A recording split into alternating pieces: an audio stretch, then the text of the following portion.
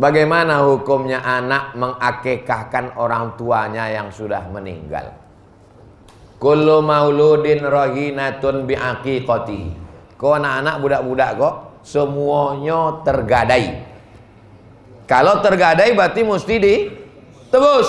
Bagaimana cara menebusnya? 3. Pertama, saya mau tanya tentang bagaimana sebaiknya cara tepat bagi panitia amil zakat. Biasanya imam menyiapkan beras untuk muzaki dan biasanya zakat diserahkan berupa uang. Hampir habis napasku, lompat baris tak ada bertitik koma.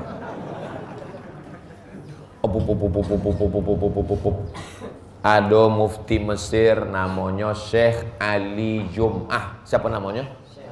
Kalau tidak menengok Syekh Ali Jum'ah, tulis di Google tuh Syekh Ali Jum'ah. Di YouTube tulis Syekh Ali Jum'ah. Masih hidup orangnya di Mesir.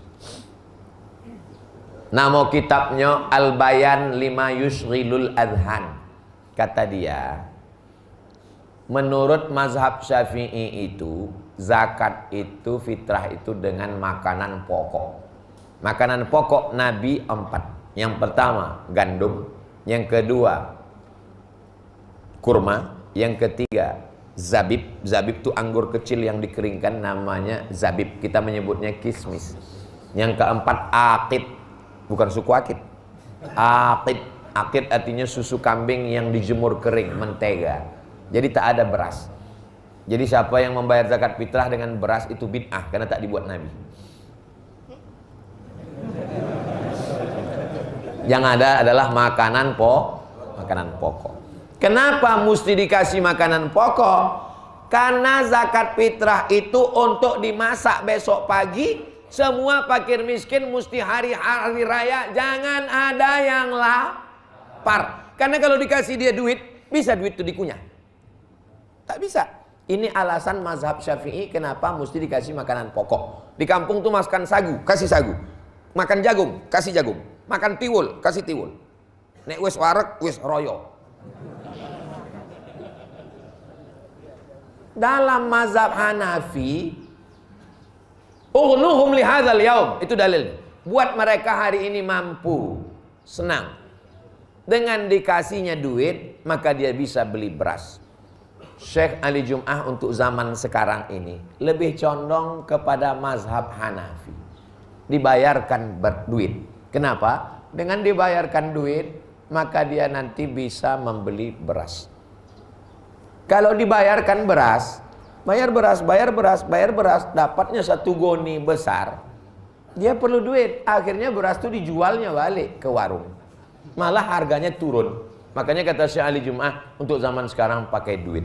Tapi saya, Abdul Somad, dari sejak pulang Maroko 2008 sampai kemarin 2022, membayar zakat fitrah tetap pakai beras. Jadi kuncinya 2 aja. Kalau mau pakai beras, bawa beras dari rumah. Saya sendiri yang membelinya di jalan Subrantas, sebelah kiri depan masjid. Ada saya tengok beras terbaik Kuda Lawi. Barah-barah kok Pak, 125. Ayo, mana yang paling mahal, yang paling rancak, yang paling lama? Iko. Saya masukkan ke plastik hitam, saya timbang, saya bayar. Kalau mau bayar pakai beras, kita beli, bawa dari rumah, bayarkan. Kalau mau bayar pakai duit, bayar duit. Jangan diboli beras di masjid. Pemiliknya tak jelas. Pemilik beras ini siapa? Kecuali amil ini memang tukang jual beras. Itu bisa. Ada stoknya, ditumpuknya di belakang 1000 bungkus. Asal kita beli, jual. Aku jual beras ini, yo. Aku bayarkan anakku, yo. Aku beli jual beras ini, yo. Aku bayarkan untuk biniku, bisa. Tapi kalau beras yang 1 itu dibungkus, aku beli untuk anakku, aku beli untuk biniku, aku beli untuk lakiku. Lama-lama kuyak. Diboli, yo. Diserahkan, yo. Waktu diboli lagi punya siapa itu? Pemiliknya kan tak jelas. Kalau mau bayar pakai beras, boli di pasar, di warung, di kodai, bungkus sendiri, bayar pakai beras. Kalau tak mau bayar pakai beras, bayar pakai duit. Jelas? Nah, meja ini pun rusak gara-gara bayar zakat fitrah tadi. Masih Bagaimana hukumnya anak mengakikahkan orang tuanya yang sudah meninggal? Kullu mauludin rahinatun biaqiqati. Kau anak-anak budak-budak kok semuanya tergadai. Kalau tergadai berarti mesti ditebus. Bagaimana cara menebusnya? 3. Pertama, tulbahu anhu yauma sabihi, potongkan kambing hari ke-7. Sesudah itu yuhlaku, cukurkan rambutnya. Yang ketiga, yusamma, kasih nama yang elok. Hari ke-7 potongkan kambing. Tak ada duit hari ke-7 Pak Ustaz, hari ke-14. Tak ada duit hari ke-14, hari ke-21. Sampai 21 tak ada duit. Jangan tengok tanggal lagi, sebulan, 2 bulan, setahun, 3 tahun, 4 tahun, 5 tahun, 6 tahun. Aku dulu Pak Ustaz tak diakikahkan ayah aku. Sekarang sampanku banyak, ikanku banyak, sawitku banyak, gotahku banyak. Kenapa Ustaz ingat sawit gotah? Itu banyak pokoknya. Bolehkah aku mengakikahkan diriku sendiri? Kata Imam Nawawi dalam kitab Majmu' Syarah Muhazzab Mazhab Syafi'i, boleh mengakikahkan diri sendiri. Jadi siapa di antara bapak ibu yang belum akikah, balik sekarang, cepat balik, potongkan kambing, nanti aku singgah insyaallah. Insyaallah sempat 20 30. Kami nanti menengok mana pantai Abrasi tadi. Nanti pas lalu balik ke mana. Boleh mengakikahkan dirinya sendiri. Kita yang diundang ni tak usah tanya lagi. Asal makan, tanya. Ini akikah siapa? Usah kau tanya, makan aja lah. Tapi akikah saja. Jangan pula minta ayun pakai marhaban. Marhaba ayanon. Dibuka ayunan, atuh. Akikah saja. Jangan minta cukur rambut diganti nama pula lagi. Payah nanti Pak Kades mendata untuk Pilpres 2024. Nah sekarang terbalik pula. Anak nih ingin mengakikahkan ayahnya. Itu terhitung namanya sedekah. Jadi hukumnya adalah hukum pahala sedekah. Ku potong kambing nih Pak Ustadz, niatnya mengakikahkan ayahku, sedekah pada orang. Makan sampai pahalanya. Ya Rasulullah, yo, ummi matat, emak aku mati. Apa atasadaqu anha, boleh aku bersedekah untuk almarhumah emak aku? Kata Nabi, boleh. Ayu sedekatu afdal, apa sedekah yang paling afdal ya Allah? Saqiyul ma, memberi air minum.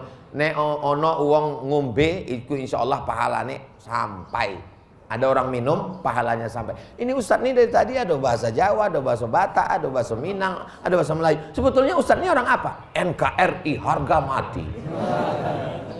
Takbir. Itu untuk menghalau setan yang menggoda mengantuk-ngantuk. Jadi kalau ingin akikah diri sendiri boleh, mengakikahkan orang lain boleh, mengasih kambing. Bagaimana posisi sholat kita kalau mengetahui masjid yang tak pas atau lurus pada arah kiblat? Kiblat itu ada 3. Kiblat itu ada 3. Ini Ka'bah. Ka'bah itu berada di dalam Masjidil Haram. Masjidil Haram itu berada di dalam tanah haram. Bagi yang di dalam Masjidil Haram, kiblatnya Ka'bah. Ini Ka'bah. Bagi yang di luar Masjidil Haram, sholat dia Allahu Akbar, kono ujung Masjidil Haram, tapi tak kono Ka'bah, sah, karena dia kiblatnya adalah Masjidil Haram. Bagi kita yang di luar tanah haram, nih di Sungai Cingam, pas menghadap Masjidil Haram tak kena, Ka'bah pun tak kena, tapi masih kena tanah haram, sah. Tanah haram ini panjangnya berapa Pak Ustadz? Dari Makkah ke Hudaybiyah 22 km, dari Makkah ke Arafah 20 km. 20 tambah 22. Memang kalau belum sarapan ini payah menghitung memang.